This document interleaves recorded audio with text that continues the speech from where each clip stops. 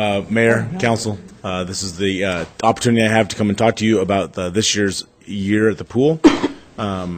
Just a few highlights for you. This is what we're going to run over the next few minutes. I want to also let you guys just remind you as we go through this, we employed over 85 individuals at the pool this year. We were open for 83 days. We were closed for 5 days at the beginning of the season due to the floods in Texas and the arrival of our moose. Our moose made it a little bit of a late appearance, but he's here now, and everyone and the kids are loving him.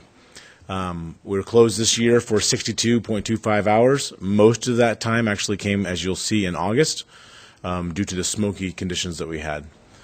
We had significantly warmer weather in June, but July and August were actually a little bit cooler than last year. Holly and Hamilton, we had 360 dogs, and the Palouse Youth Triathlon, the last swimmers in the pool of the year, we had 125 youth participate. We had a great time. Here's the fee structure. You can see what we've done the last few years. Starting in 2005, there's been some small increases, and this next year there'll be a 5% increase going into 2016. We did not this year increase the child drop-in, adult drop-in, or senior drop-in, but that is something we will look into next budget season to see about possibly raising that a little bit more. As you do see, we take some time before we do increments, and it's probably about time for us to look at that again and possibly increase that another 25 cents to 50 cents. So we'll see what that looks like. We'll run the numbers, and when you see a budget next year, there may be an increase there. So just so you know. Our attendance, we were open for 19 days in June, and we averaged over 1,000 people a day in June. We had no hours of closure during June. July, our numbers are, in August, our numbers are slightly lower than last year, but still very good numbers. We had over 62,000 visits to the pool this year. We were open for 83 days, and we're closed for 62.25 hours. Again, you can just see it was breakdown. Our drop-ins, we had over 24,000, and member visits, we had over 38,000, for a total of 63,366 individuals coming to the pool throughout the summer. And this is what you'll see, a really big increase. In June, last year, our average temperature was 70 degrees. This year, our average temperature in June was 83.3 degrees. In July, our average temperature last year was 87.6. This year is 85.2. And last year, our average high in August and September was 83.2, and this year it's 82.2. However, if you notice over the year, it actually averages out to almost a 2.5 degree increase, or actually over 2.5 degree increase from last year to this year. Hence the reason our numbers were so good and we had so many people at the pool. We break down also by how many people are at the pool each day. If it's cold, obviously we don't have as many as when it's hot. And this year, if it's hot, we averaged over 1,200 people a day on temperatures that were over 90. And as you can see, we had 23 days that were over 90 degrees. So there were a lot of days we had a lot of people at the pool. Yeah. Sorry, I'm a little hoarse. I apologize. Revenues, the concession stand this year were up just a little bit over last year. We did save about $1,000 on our expenses, and so we're hopefully making more money and spending less money. I think that's the goal. And this year we made over $20,000 going through the concession stand. Excuse me. The pool rental revenue this year was down a little bit. The big reason that was down is because the gold medal swim team chose another location to do their outdoor swimming this year, or to do their swimming this year. During the summer, they just chose not to come to the pool this year. And so that's normally about a $1,200 contract that we have with them, and they went somewhere else. And so that's the big reason of the difference. So this year at the swim lessons, we had slightly higher revenue. We had slightly lower students, and that was because we had more people take the lifeguarding class this year that we offered. And if you see lifeguarding class, that's $238 for lifeguarding class. So you can have less students and still make more money just based on that. So, excuse me. The pool scholarships, I know that Dwight will be coming to talk to you about last year's scholarship money, but I'm giving you just the pool at this point in time. This year at the pool, we gave a total of $13,562 in scholarships to the pool. Of that, $2,999 of that was for swim lessons, and the youth season passes were $10,363. Of breaking that down a different direction, residents used $12,527, and non-residents used $1,035. And just to be clear, the resident funds were all from donated funds from multiple individuals and groups in the community. So this is what you're waiting for. Our cost recovery this year was 95.6%. Our total revenue this year was $313,476, and our total expenses this year were $327,904. It's for a net subsidy of $14,428. This does include the youth scholarships, as that is budgeted and then transferred into donations for the pool. I also went back to 2009 when we started tracking these numbers, and I adjusted these numbers all the way back. So all these numbers from 2009 forward have been adjusted to show where we actually what our cost recovery was for the last 8 years or 6 years, 7 years. So just another graph for you can see for the last 10 years where our revenues, expenses have been. The decrease this year, as you know, there's the click up 12, 13, and 14. The slight decrease this year was due to very minimal mechanical issues this year. We actually we lost a pump, but the nice thing is we have one already in back. So as soon as it went down that day, Strom was out, and Jay and Strom put it right back in, and we didn't miss a beat.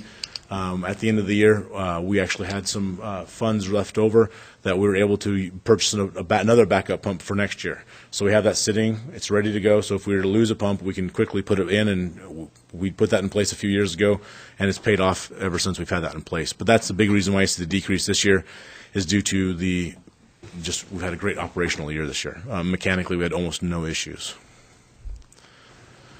So in conclusion, we had an increase in attendance due to warmer weather. We saw an increase in season pass purchases over last year due to Pullman being closed, and also we've got an awesome pool. Concession sales stayed steady, and swim lessons stayed steady as well.